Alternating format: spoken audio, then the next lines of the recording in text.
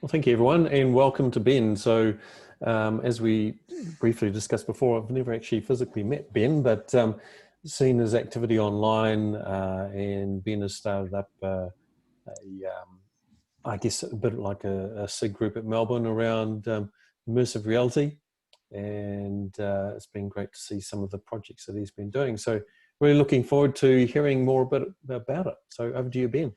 Sure, thanks, Tom. And yeah, I've been kind of interested in, I guess, tech and all things VR sort of the last 5 years, and sort of it resurged.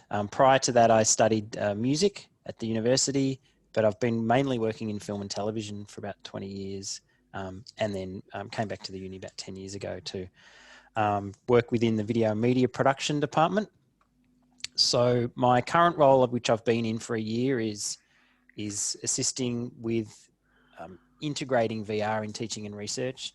And VR can really be whatever you define virtual reality. It can be called virtual environments. Virtual reality tends to be related to using a headset, but the terminology has changed and shifted over the years, as you know, with kind of no one wins the definition wars, and you really got to work out what people mean when they say a certain word. So that's a whole nother story.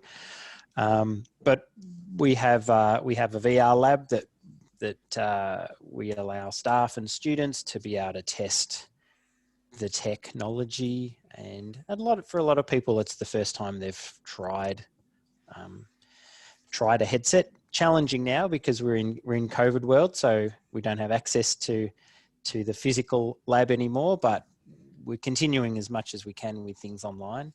And yeah, there's lots to talk about in terms of hygiene, safety. How do you do VR when you're not physically there to be able to access equipment? So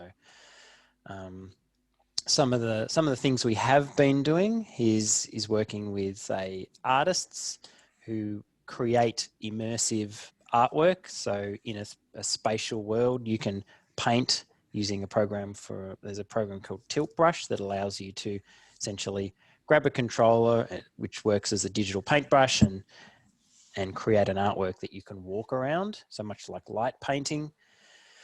And there's ways that you can build 3D models, and then you can export them. So it's really just an extension of what's already been around in terms of creating things. It just adds that extra dimension to that creation that allows you to feel like you're inside that world as well. I mean, 3D modeling's been around for a while, but to be able to wear a headset that mimics what it's like to be in a room, it kind of takes it to that next level, which I find just quite amazing. It's still, there's a lot of clunky elements, and it was mentioned earlier, there's a lot of hype, and it's very easy to be skeptical, and rightly so in many ways, but it's really about the content. So VR as a medium is something that you can, it can be good and bad. It's like film, it's like TV, it's like radio. There's good and bad films, and everything in between. So some of the work that we've been involved in over the years has involved a lot of health related work. So we worked on a prototype with Origin, looking into young people and mental health. So they wanted to see what it was like to turn what they use as analogies in cognitive behavioral therapy, where someone might have negative thoughts, and they'll often say, just imagine your thoughts are balloons and they're floating away and you kind of let them pass. Or imagine you have a negative thought, which is like a train that goes past. You can choose to get on the train or not get on the train. So they wanted to explore what that was like to actually visualize something like that.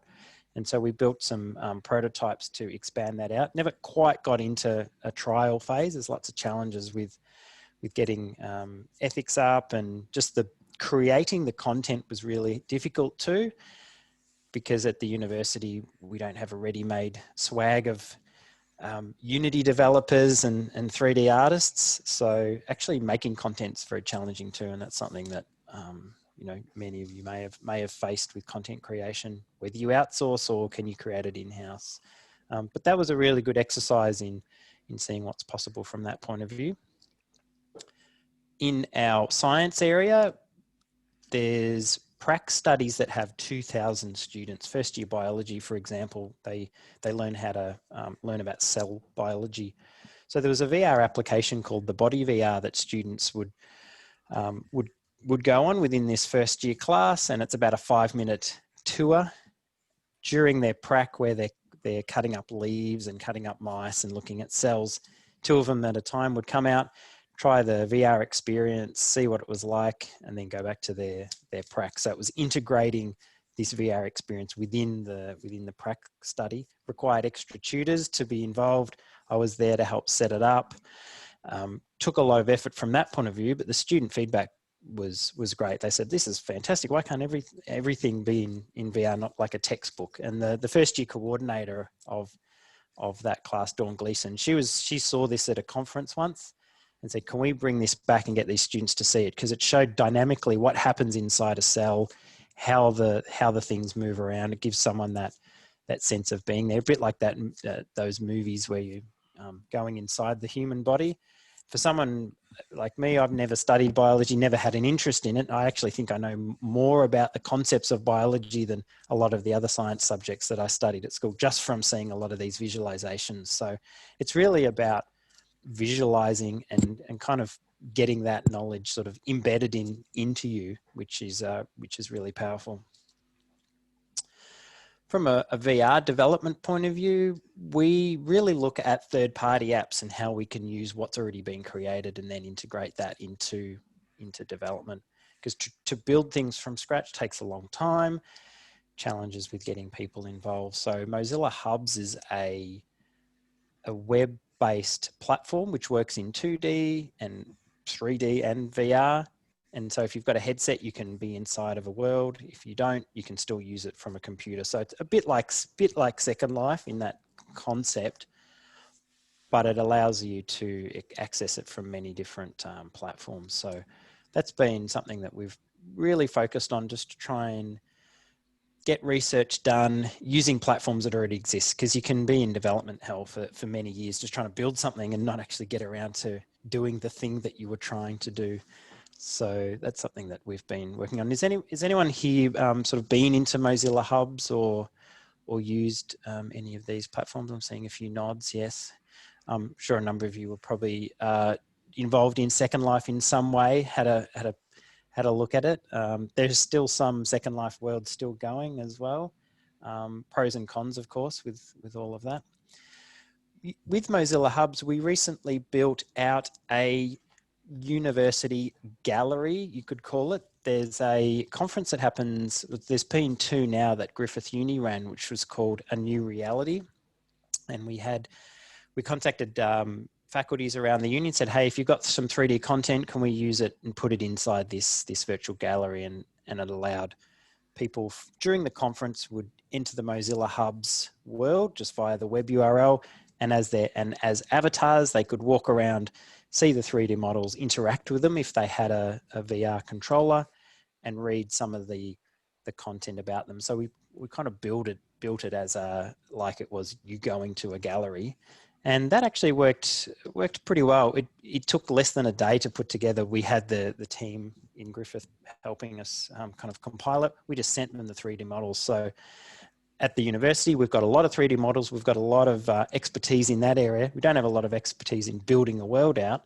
So just focusing on the things that we could do meant that, oh, we've got all these fantastic models. Let's have a showcase for them. So I think that's something that we can really look to build out a bit more in the future. It's just choosing what platform and how do you make it available and how do you control how people see it and view it. So, I mean, this is very similar to what Second Life was trying to do 15 years ago as well, but it's actually quite a lot easier now. One of our big challenges is where do you store the 3D models? That's an ongoing discussion now. So definitely keen to hear what other universities' approaches to that is as well. So what was kind of like the funding model behind doing a collaboration like that, Ben? Was that just something you guys did, because you were interested, or, did you actually have some funding to be able to do that? No, it was just something that we just did. The conference was happening. I was giving a couple of presentations during it. They said, look, we've got the ability you can host your own expo day if you'd like to. So look, I've probably spent, you know, a day or two getting everything together, but because that's my role at the university, is to actually be doing these things. So So right, so it was kind of part alongside of your actual presentation at the conference then. yeah, that's right. It was an additional part of the 2-day conference. There was an expo day for 2 hours that Right. you would promote. No, it's just kind of interesting because I did hear about it from Stephen Marshall, you know, who heads up A Code, or at least I'm not sure if he still does, but did.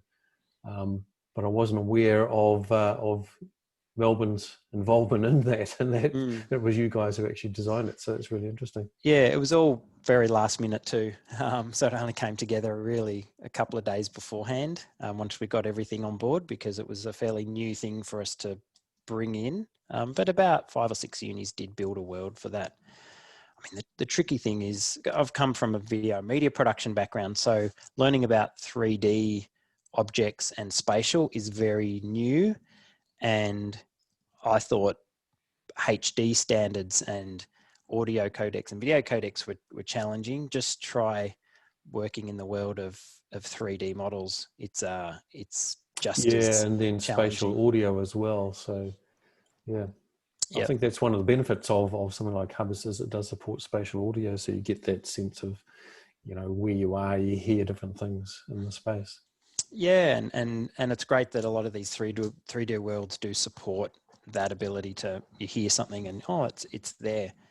The challenge is getting models in there and getting them to the right format. Sketchfab is a really good place to store 3D models, but then getting something from Sketchfab into Mozilla Hubs to use it, it's got to be at a certain file size, because when you create 3D models, often they're millions of triangles. That doesn't work in a 3D world in VR. It's got to be really optimized. So you've got to convert massive into small. Video does this really easily. If you've got a giant video file, when you export it, it makes it nice for the web.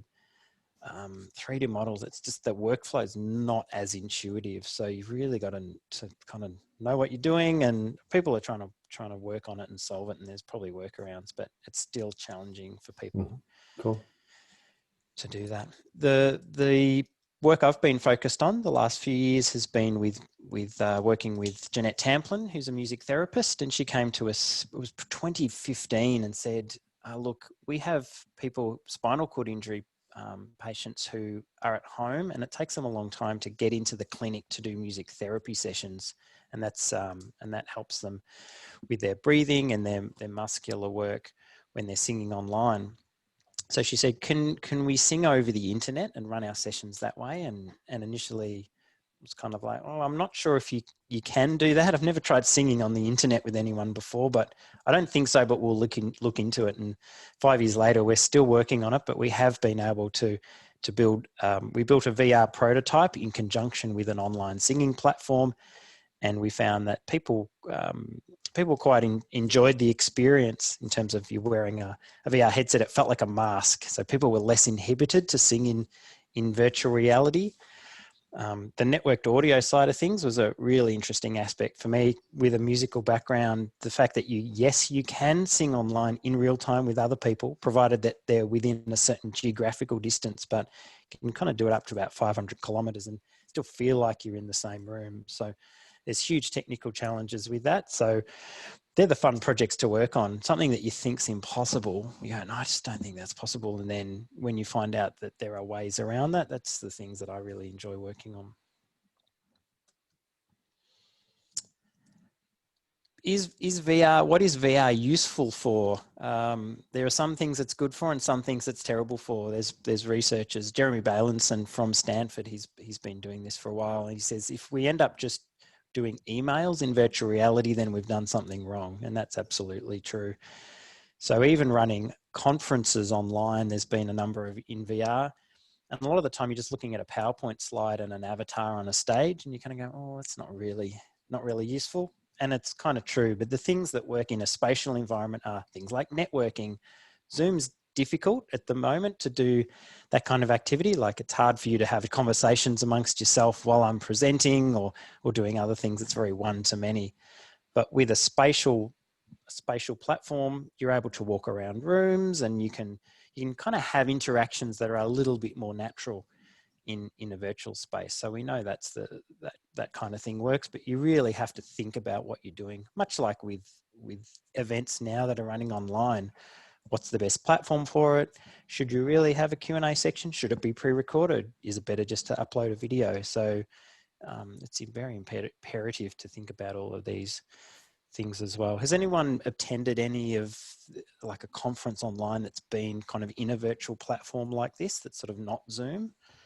Interested to No, hear but we're anyone's really keen to experience. explore that. So I'll have to talk to you about that later, because I'm running a conference in February in New Zealand, but we're going to make it a hybrid mode, and really keen for the social interaction to be something like Mozilla Hubs, to be able to facilitate that, because people are going to be remote.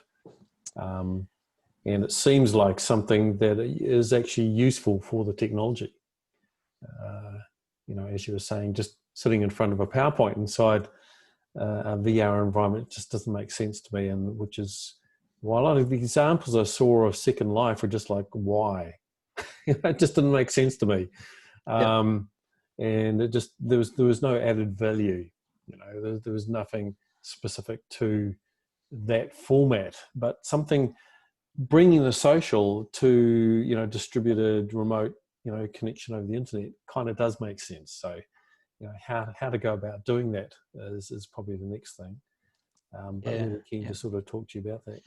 Yeah, and it's really, really nuanced too. When it can work well, it's usually because someone's really thought about it and organised it really well. The conference at the start of the year was done. It was Educators in VR. That was the name of the organisation who put it on. It was already going to be online pre-pandemic, but soon the pandemic went, and it was like, oh, this is perfect. We're now online. But huge amount of organisation that went into this conference. Ended up with about 150 presentations, but again, they were all mostly just PowerPoints on a stage. Was still really useful. They had breakout rooms, so breakout rooms is what works quite well in VR. It can work well in Zoom as well when it's done well too. So the other thing I always found off-putting with Second Life, and you know, I never really got into it much, but I just found the whole thing, you know, just didn't click for me. But I think Vico actually did his master's thesis on Second Life. Is the avatars. So, you know, particularly in Second Life, people would choose these really random, weird avatars, and it was just like really off-putting to me. It was, you know, you're trying to have this social interaction, but you're a lion, or you're, you know, you've changed your gender, or you know, it was weird. Or a librarian with wings. Yeah. So I'm just kind of wondering, have you know, what's your kind of thoughts on that, with something like Mozilla Hubs and the avatars that people choose? Yeah, so look, it's a huge area as well. Online, should you be yourself or can you be someone else? You see it now with online identity. You know, Facebook kind of now really want you to be your actual self, but I want to escape on the internet. So in terms of avatars, cartoon avatars are used quite commonly in VR and online because it's simpler to render. There's a thing called the uncanny valley, which you may have heard of, which if you try and make an avatar look really realistic and it's not quite there, it looks like a dead face. It's like a zombie, and people kind of go, oh, it's a bit, can be disgusted by that and can put people off. So you find a lot of stylized avatars. Yeah, that seems to be a bit of the philosophy that Pixar had, isn't it, with their movies? Yeah, absolutely. Pixar's very much, the characters are very stylized. The environments were very stylized. Recently, they've gone into really natural based looking. And it's a bit jarring. I know The Good Dinosaur used a lot of natural looking environments, but then they had these cartoon avatars and it was like, am I watching something that looks real, or is it fake? And it's a little bit of a jarring experience. So it's still a challenge. Even the best looking CGI characters in games, real-time CGI, just doesn't quite look the same. In movies, you really don't notice it now. It's so good that because the rendering time is massive. We're probably about 20 years behind movies in terms of real time, but gee, the gap is closing fast. That's all I can say. But if the person who's controlling the avatar, if it responds believably, it's fine. It's like you can talk to someone in real life. You might be wearing a mask anyway. That's not realistic or anything, but you can interact with them as if they're a person just wearing a mask. So yeah, I guess it even they filters move. down to things like in Zoom, your choice of a virtual background or not, etc. as well. So, and it's kind of a similar type of thing, isn't it? Exactly. Yeah, I can put filters on my face. I can, wear a watermelon on my head if I want to, and I'm moving. It's still me. It's still believable, but it does change the context. So you're absolutely right, though. If you're just talking to someone and they suddenly change their shape, they're a shapeshifter, and you're talking to a football, it's very contextual based. So. I'm currently gone back to uni. I'm doing a master's of music at the moment, but I'm focused on VR. So my particular thesis is based on what's it like to sing in virtual reality versus video conferencing. This came out of the research work that we did with music therapy. So I find it's quite an interesting question. So are you working with Jeanette on that? She's my supervisor. She's one of my supervisors now. So yes. So the work that I'm doing feeds back into the music therapy work and vice versa. So when you are singing online with someone in real time, usually you're just in a room, just looking around, and you don't look at someone else on video because of the latency. Usually it's so out of time. You can't conduct in a video conference because we're all a half a second out of time with each other, and music's got to be really, really tight timings. So maybe just wearing a headset and feeling like you're in another place, maybe that's actually a better experience. But what are the limitations when you're wearing a headset? How do you sing? How do you play an instrument? There's lots of challenges there. So I'm quite interested in that question. So that's what I'm exploring. I'll talk a little bit about some of the activities at the uni. Meredith will be familiar with a lot of these, but we do have a digital learning hub that's run out of the School of Biomedical Sciences. And back in the olden days, like last year, this was the launch of the digital learning hub. They've got 20 Oculus Rifts, and it's really designed as a place for other departments to go in, be able to use VR at scale, bring in lots of students. So it was quite popular.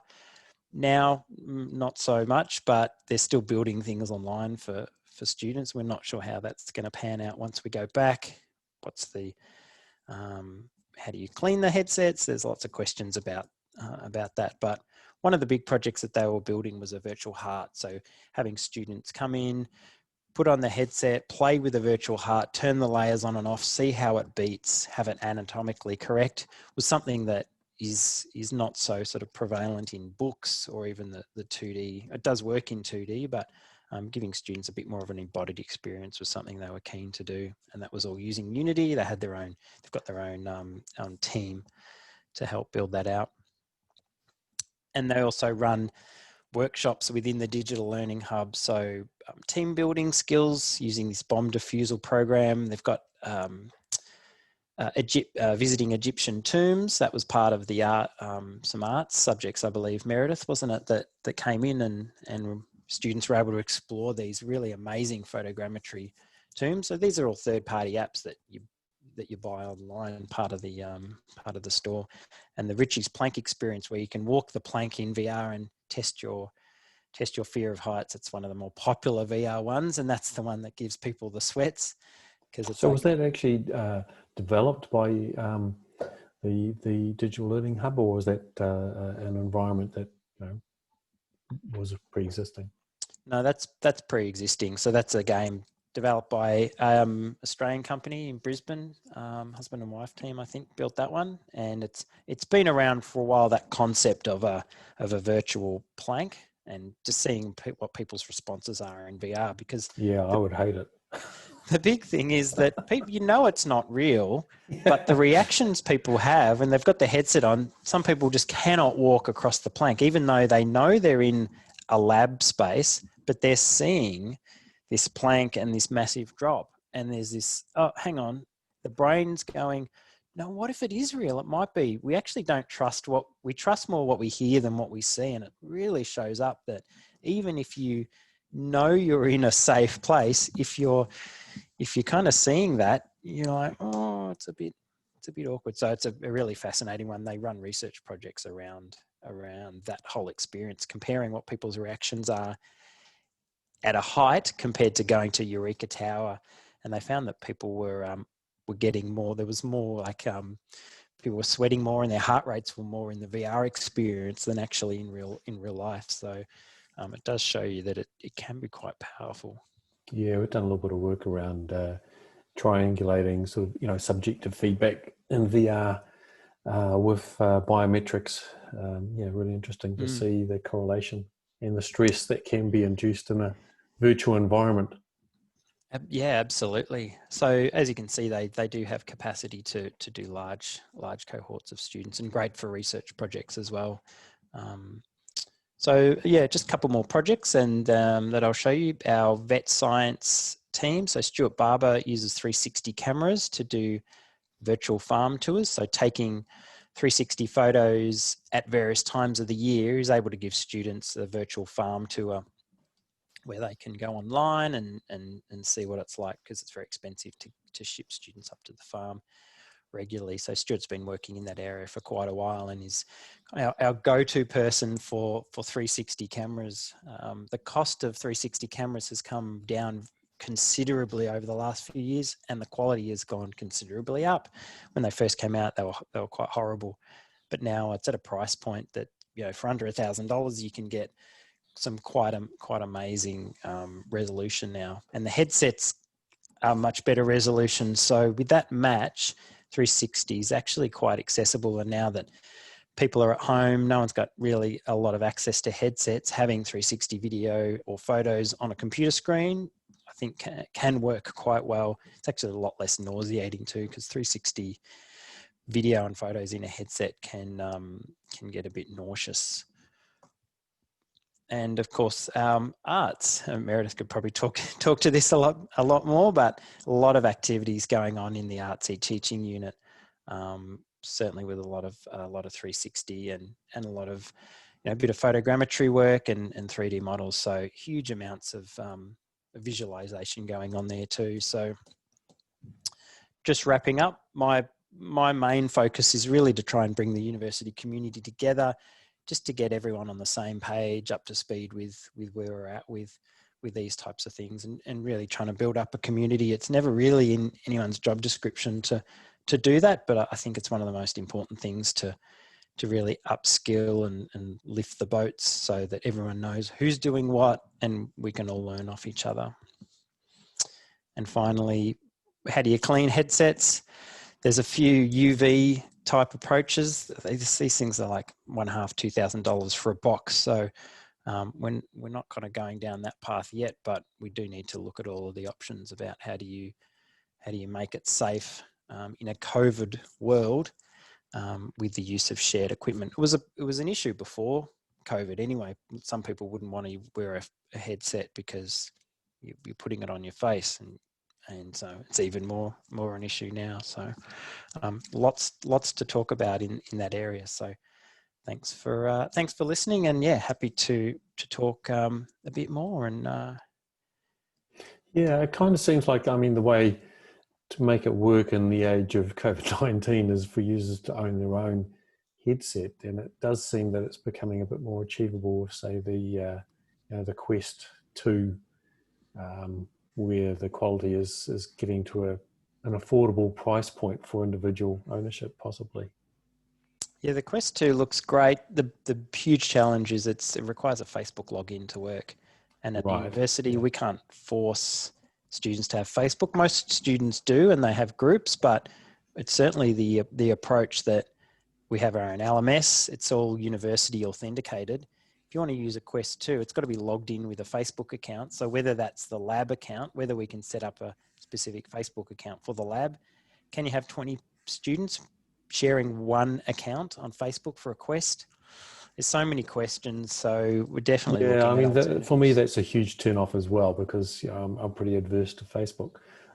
Just philosophically, I just think the whole platform is fraught with ethical issues. And I hadn't kind of realized that you had to log in through Facebook to use the Quest 2, which yeah, is a significant hurdle. Yep, exactly. So yeah, there's alternatives to Oculus, but they've put a lot of money in because Facebook money is big money. The HTC Vive is another headset that we've used. HP have just released announced a new headset. Are any of those standalone though, like the Quest 2? Sort of. Some of them have wireless streaming, but not really to the extent of the Quest 2. There's one called the Pico Neo that's out that is standalone. They're using it in some healthcare settings. So there's a few are starting to emerge, but the Quest is just a kind of a better overall headset. But I think a lot of institutions are going to be seriously looking at other options. Vive Cosmos is the other standalone one. I know Architecture have got a bunch of Vive headsets. So I know Arts have got Quests. We've got a couple of Quests. Digital Learning Hub have got the Oculus Rifts, which are PC based. Yeah, I mean, there was always an issue as well with the Rifts was if you're wanting to buy a set of them, then they're trying to push you into their business model, and it was all locked down and exactly it's overly complicated. Yeah, not good. It's Oculus for business. They don't have an Oculus for education. They're not focused on education, whereas at least HTC have more of an education focus, but their headsets aren't quite there. So yeah, we're always wondering about that. But yeah, if people can have their own headset, that's great. They're cheaper than mobile phones now, the good ones. But Yeah, I mean, it was always the thing that was intriguing about the Google Cardboard, but I guess it's the quality of the experience of the Google Cardboard is quite limited, and the amount of time you can spend in that environment before you're starting to throw up all over the floor is pretty short as well. Exactly, but now we need to have experiences that work in 2D on a browser. So that's sort of that's just as important. And I saw some comments about Marasa about using AltSpace for your last event. So how was that experience? Right. I think that's the event that Neil also joined us, maybe through Zoom. I'm not sure because, the main event was being organized in Zoom, and we had to think of a way to make it available to people who were joining us directly through AltSpace VR and those who were on Zoom in the Japan side of the event, especially Japan-based participants. And so Eric, my co-researcher, managed to use two headsets, one for giving people a view of the event and live streaming it on Zoom, and then another Eric who was actually participating in the event and he was presenting. So I didn't have an Oculus Quest, and I mean, we have some at work, but then everybody's using them for research at the moment. So there wasn't any one that wasn't being used at that time. And I was joining only through my computer browser, like you were mentioning, not browser, but I mean the computer, the desktop app.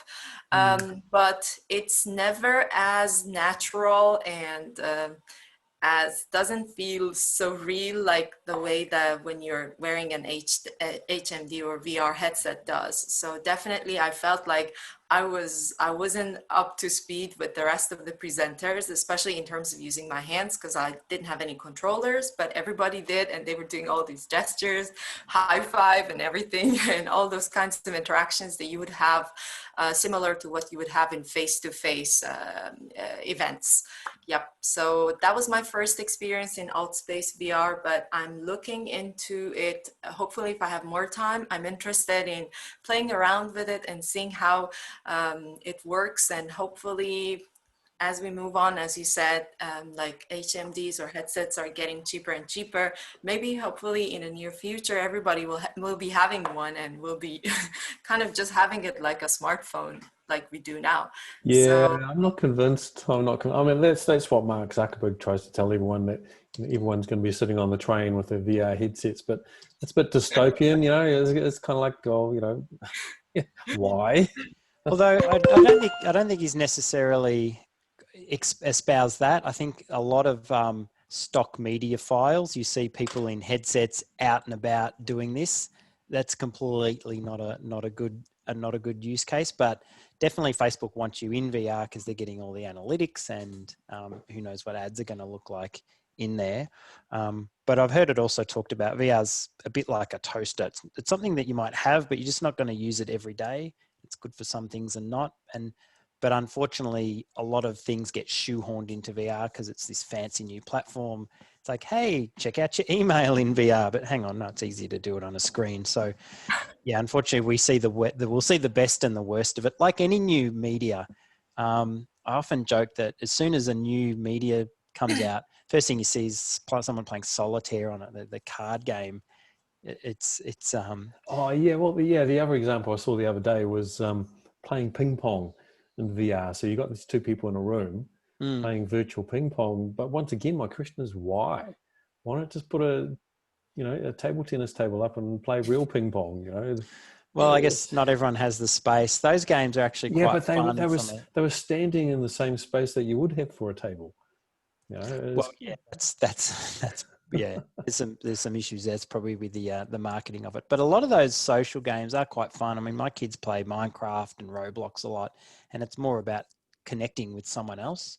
So that's sort of the but also the part of the driver around those is the user content creation. That's a huge thing for Minecraft is that a 10-year-old can create in this virtual space. It's not about consuming; it's about creation, about what they can create. That's huge. Yep, for sure. So yeah, it's a bit of everything. It's got the ability to do everything. You'll hear people talk about it being the final medium, because within a VR world or a VR headset, you can watch films, you can play music, it can encompass a lot of those other mediums within this bigger medium. Whether it's the final medium, probably not, because there's all the other senses that you've got left: smell, taste, haptics. We haven't really even talked about that. So a lot of things being worked on. So it's really just a progression from what we've already got. You see TV go from standard definition to high definition, and the screen's just getting bigger, and we are sort of wrapping it around your head. That's really that's another interesting example, though, isn't it? Because 3 or 4 years ago, all the TV manufacturers were pushing 3D TV and trying to sell you 3D glasses and it just never took off because no one wanted it. Well, no, because the actual experience wasn't great. Yeah. Funny thing is that 3D content actually is really good in VR. It's actually really good to watch it in VR because it's sort of made for that platform, not really for a real world experience. It's sort of there's limitations, but it's just the implementation of it isn't particularly great in a real sense. So that's why it's not compelling enough to watch it, because again, you've got the glasses. Again, that's a problem with VR. Got these clunky headset you've got to put on. Takes time to get in there, whereas I can pick up my phone and start using it. So, but look, from a language learning point of view, we talked about it before. In AltSpace, there's a bunch of language learning groups. People just meet in VR and practice their language together. I'm kind of interested from that side of things and in how technology is used in language learning in terms of that memory palace idea. But when that immersive learning of a language is what is often talked about. You go overseas, you spend time immersed in that world. And that's a great way to learn language when you're in that setting. Can being in a virtual environment improve your learning of a language compared to listening to an audio tape or reading a book? I would say yes, probably, if it's done well. I'm interested to hear people's thoughts on language learning in a virtual environment. I think when it comes to speaking, VR has got great potentials, especially for learners like here in Japan, Japanese learners mostly.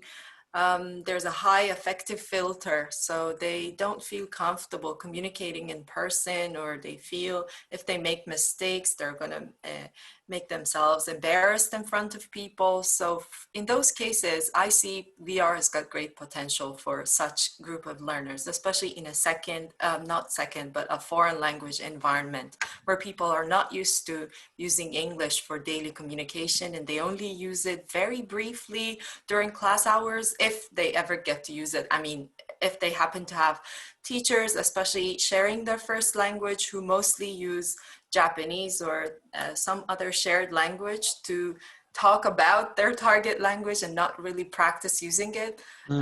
Yeah, this scenario may not be very familiar to people in English-speaking countries, but this can quite happen in foreign language contexts. In Iran too, in Japan, I've seen people going to class and very minimally using the target language in spoken communication or the medium of instruction. That wasn't the case for me when I was learning English in Iran.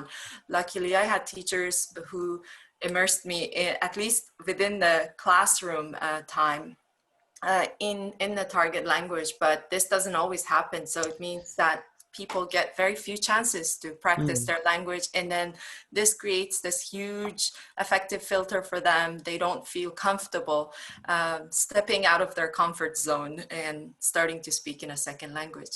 So VR has got potentials in that sense.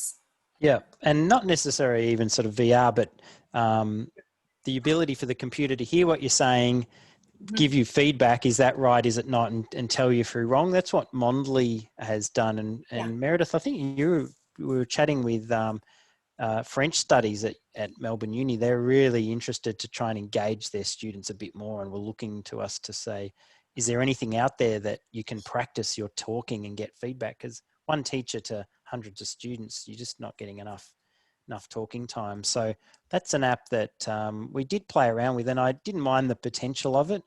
And there was one scene where I was on a train and I had to talk, and it gave me feedback if it recognized if I got the word right or not. So I do like that about immediate feedback using technology, and I think that's probably something that a number of you are kind of working on, sounding like that's an area, especially with online assessment and getting faster feedback from that. And if you can do it in an environment that sort of feels real, then I think that sort of seems like a natural step for that type of activity. But again, you got to practice a language like music. There's no shortcuts, I don't think, to learning those kind of skills. Yeah, you got to put the work in there.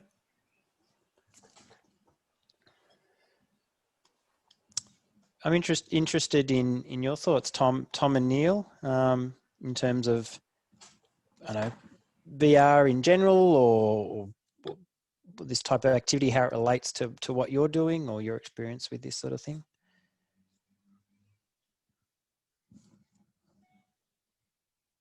Oh, thanks, Ben. Was it you who just put Monly in the chat? Because I haven't used that before, but I'll certainly check it out later. And yeah, I don't have any experience of using VR for language learning. It's one reason to get in touch with Marassa, actually, is, I was very interested in her. The last time I saw her, she was an avatar. Nice to see the real face there. But yes, I don't have any particular personal experience of learning languages with VR. So it's really interesting, exciting to hear what you've been doing.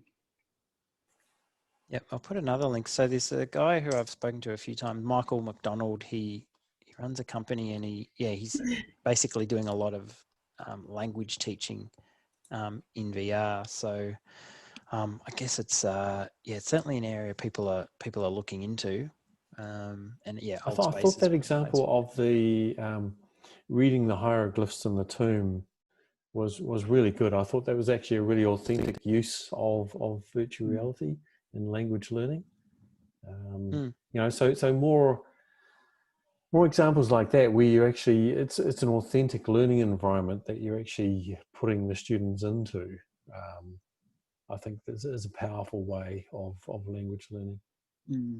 Yeah, I think the content creation area, where students themselves make things in VR, like Marassa's talk I listened to was about creating a tour, showing people around your hometown in your second language. And I think that kind of thing has got, using Google Maps and SeekBeak and so on, those kind of things really are something that like ordinary teachers can do, and don't have to have a lot of equipment and special knowledge. And I think that's where I'm interested to go, is to try and encourage students to create content. Sure, we can talk about that hopefully in some of the later meetings, but to tell you very briefly, the students in Eric's class, my co-researcher, actually used VR Tour Creator to create simple tours about their hometowns, either using their own 360-degree photos, but since most people didn't have them, they just pulled in photos from Google Street View. Yeah, once again, I think that's a really authentic learning experience for students when you're, leveraging, associating the learning environment to a specific geographical location. I think, Absolutely. That's authentic learning again. And that happened in the in one of the art subjects. So the game Assassin's Creed, they have a big educational focus with some of the games where you can explore them that way. And it was used. Students were using the game Assassin's Creed to create content and do their own tours in that as well. So whenever there was a new Assassin's Creed game, we go, who's teaching that subject, whether it's ancient Egypt or Greek, because it's multi-million-dollar game and it's amazing art assets. So yeah, getting students involved and creating content is a great way for engagement.